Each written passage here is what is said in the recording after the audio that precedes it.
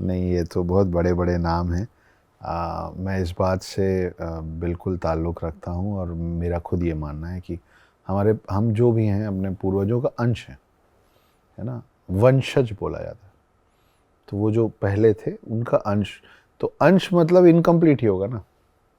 अंश मतलब अंश मात्र, मतलब वन पीस ऑफ, तो उनकी बराबरी तो नहीं हो सकती है और होनी भी नहीं चाहिए। तो मुझे पर्सनली भी इस बात से बड़ी तकलीफ़ रहती है जब लोग रामायण और महाभारत जैसी चीज़ों को अपने हिसाब से इंटरप्रेट करते हैं।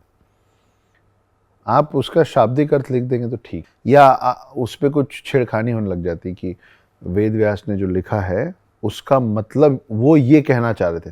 वो जो कहना चाह रहे थे वो लिख के गए। उनको पता था कि उनको शब्दों का चयन कैसे करना है। वो इंतज़ार नहीं कर रहे थे कि कलयुग में आप पैदा होंगे या होंगी और फिर आप बताएंगे कि नहीं, रामायण को मैं अपने ढंग से बता रहा हूँ। तो आप नई चीज़ें लिखिए ना।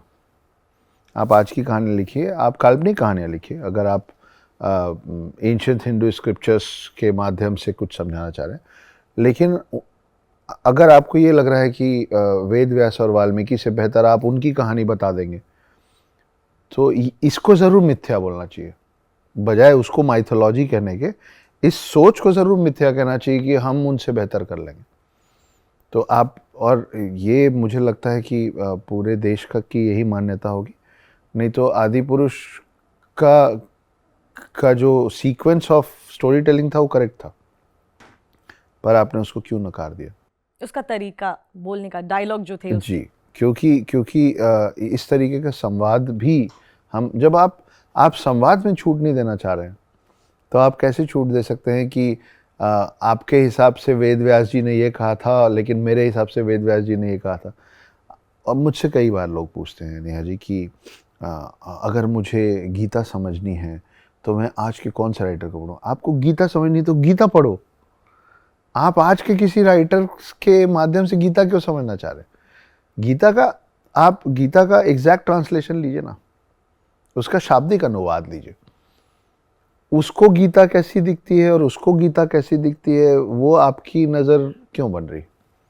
महाभारत और रामायण मैं समझना चाह रहा हूँ, तो मैं कौन से राइटर को पढूं?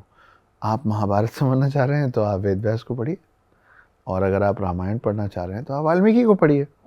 जिन्होंने सबसे पहली बार ये लिखा है वही बताएंगे ना आपको कि ये कहानी क्या है। तो ये जो नाम आपने लिया है, ये सब तो हमसे बहुत, हम तो इनसे बिना मिले सीखे हैं। हम जैसे जितने हैं वो शायद एकलव्य जैसा काम है कि मुलाकात कभी हुई नहीं, ये उन्हीं को आगे रख के चल रहे हैं। आपके